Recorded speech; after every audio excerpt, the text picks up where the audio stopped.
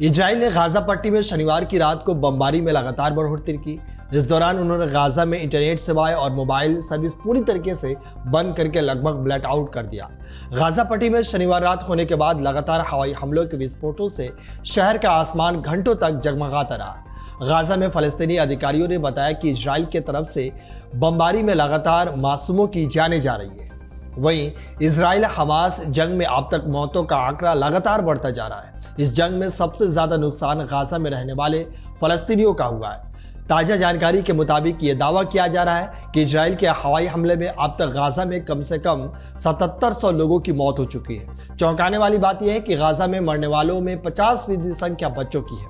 इस दौरान लगभग 3595 बच्चे मौत की नींद सो चुके हैं और 20,000 से ज्यादा लोग घायल हो गए।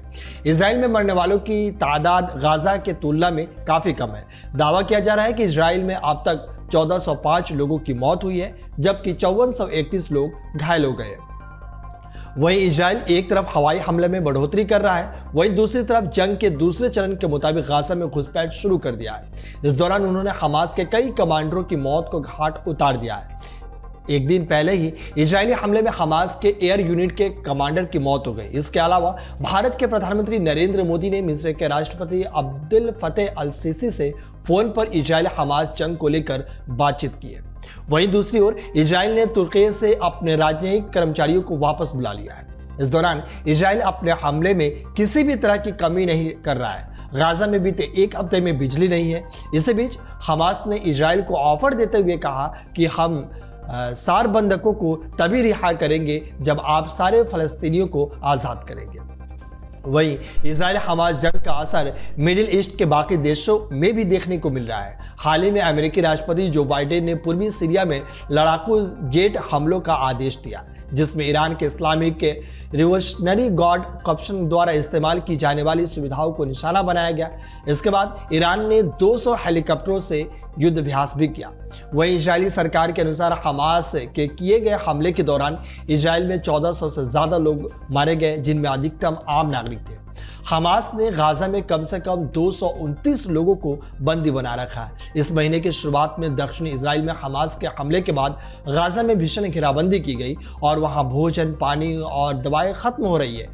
इजरायली सेना ने बताया कि जमीनी बलों ने पिछले 24 घंटे में गाजा के भीतर हमला कर दर्जनों उग्रवादी ठिकानों को निशाना बनाया। उसने बताया कि इस दौरान विमानों और तोपों से गाजा शहर के बाहरी इलाके में बमबारी की गई। लगभग 3 सप्ताह की बमबारी से गाजा को हुई क्षति युद्ध से पहले और फिर बाद के दिनों में ली गई स्थानों की उग्र तस्वीरों में देखी जा सकती है। तस्वीरों में दिख रहा है कि आवासीय भवनों को पूरी तरह कतारें धूल और मलबे में तब्दील हो चुकी है।